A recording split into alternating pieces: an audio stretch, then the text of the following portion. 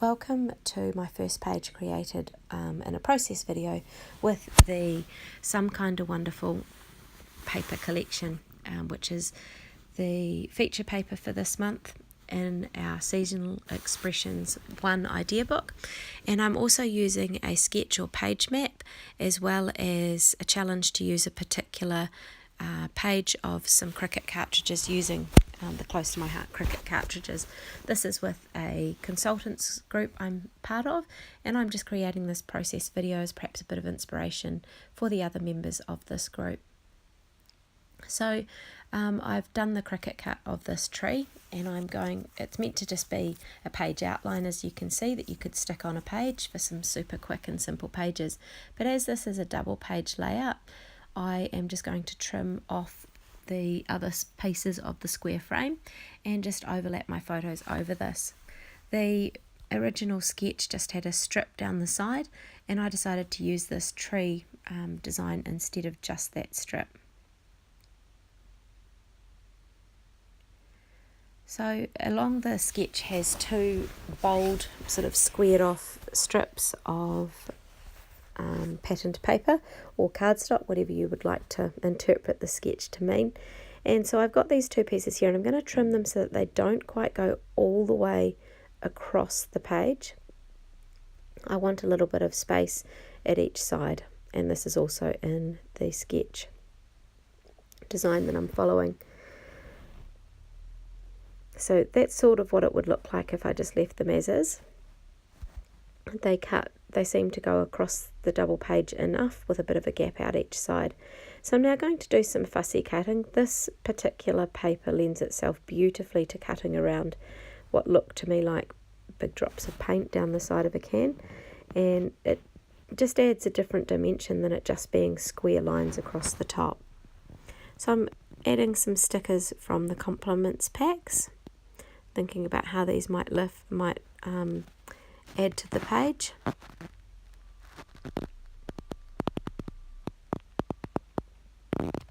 And going to paint around the tree using our watercolour paints and our water brush.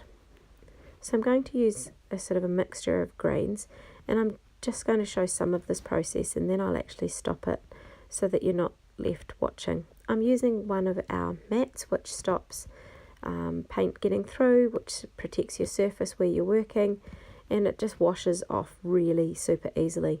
The other thing with this mat is the back of it is kind of sticky-ish, but it's not super sticky, so it can actually rest on a surface and stay there. It makes it a little bit less movable.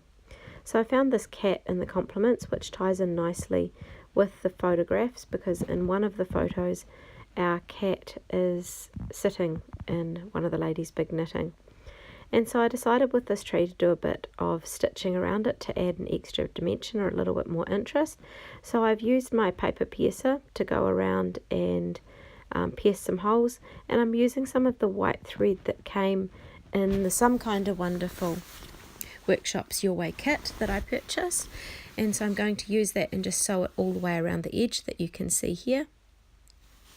It connects with my photographs having the stitching because it's a knitting workshop. It's a big giant knitting session that was run by Plump & Co here in Queenstown, and it was the night before my birthday, so I shouted myself this opportunity. The needles are huge, as you can see. They're sort of the thickness of an arm, and it's all natural wood, so that's my connection with the tree in this page. I did actually end up buying some of the needles. They were rather expensive, but my daughter turned up at the end of this knitting workshop, and she fell in love with the process too, just the idea of the big knits and the big fat wool. What I've done here is to create my title, I've actually cut the word knitting out 3 or 4 times, and I'm going to stick the pieces on top of each other so that it actually creates a very thick looking lettering, and so when you look at it on the page it's quite lifted up because of the layers that are stuck together. So using our fine tip glue pen, I'm just sticking these pieces on top of each other and making sure they line up. It's great glue as it gives that little bit of forgiveness while you are just moving things around to make sure it's in the best place possible. So I'm going to do this with each of the letters in the word knitting, and I cut this on the Cricut as well, and so I was able to cut them all the same size. You can see there the thickness of the pieces that I'm going to be doing with all of them and have done now.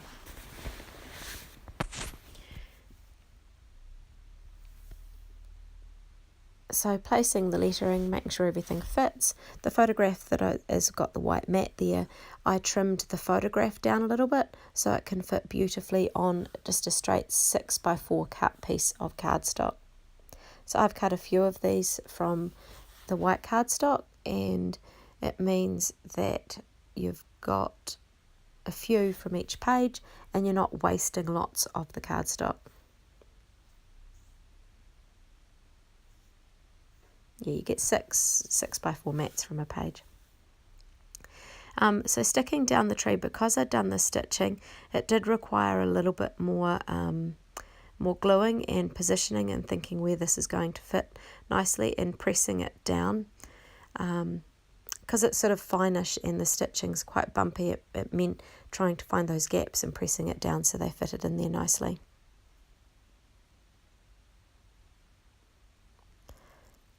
So now's the opportunity just to stick down some of these pieces and lining them up as nicely as possible, because even though the two pages will be in separate page protectors, it's nice to have the pieces that line up so don't obviously misalign or unalign. So I've actually overlapped the photo slightly on that strip that you can see there. So it's not tucked right underneath, it's just sitting a wee bit over the edge. And so sticking down the cat. Now one of my kittens quite liked the big knitting as well. As you can see, it's perched on my friend Ellie's knitting that she's done, just sitting there enjoying the warmth and playing with this big thick pieces of wool. The wool that was used is in a bump, and you can see in the close-up picture with the needle that it's very thick wool. It's felted merino from New Zealand. And Plump & Co, the company running the workshops, also sells these bumps in quite a few cool colours.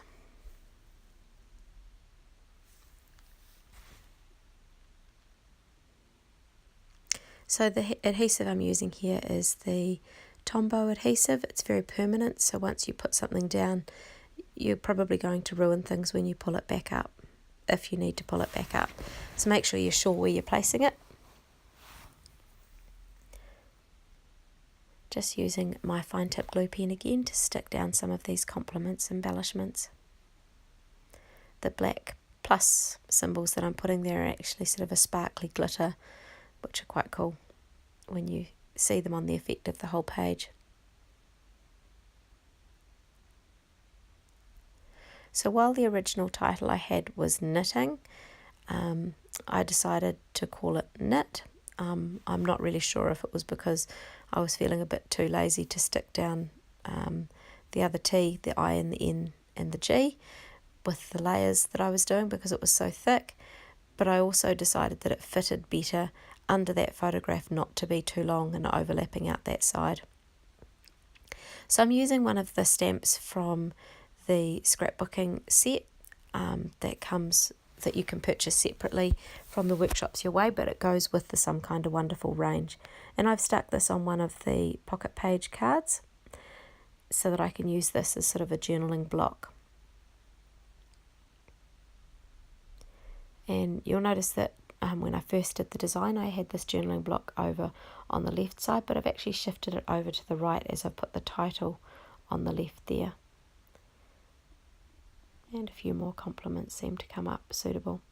And instead of just using this pocket page square, I'm going to trim around the speech bubble. This ties in nicely with trimming around the top, and it just adds a variation to the squareness of the photographs.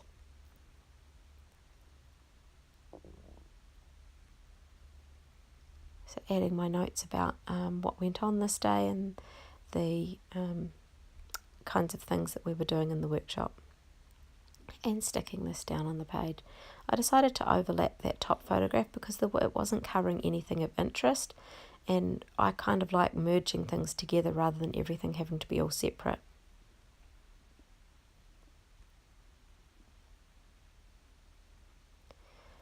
So I'm trimming off the zip strip. These are the patterned paper strips, and each patterned paper seems to have a little bit more, it has something along the top and on one side. On the other side it's got the information about the paper and which collection it belongs to. But I'm just going to use one of these to just add another wee interest point on the top of this border, because it felt like it just needed something between the photographs and the border. And so thinking about size and placement, and then gluing these down. So I just use one of these zip strips and have it unevenly across the page. That means I didn't quite cut it in half because I had more room on the right hand side than I did on the left. And these are just a series of lovely little hearts that go up there.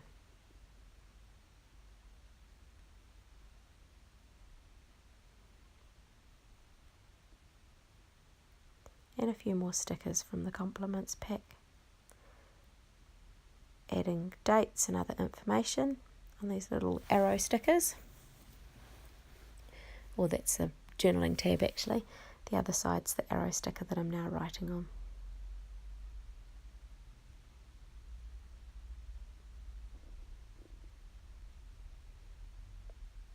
And adding some of the little gem dots that came in the workshop's Your Way kit.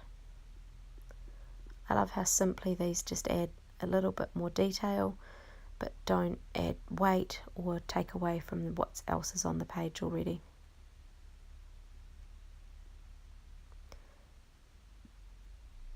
And I decided that the border just needed something else, so I'm using our journaling pen just to create a bit of a border around this strip.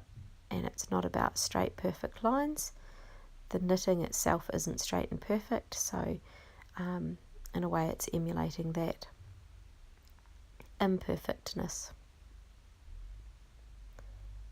And I decided I wondered about adding lines around the tree, but decided that that wouldn't add to the page, and done.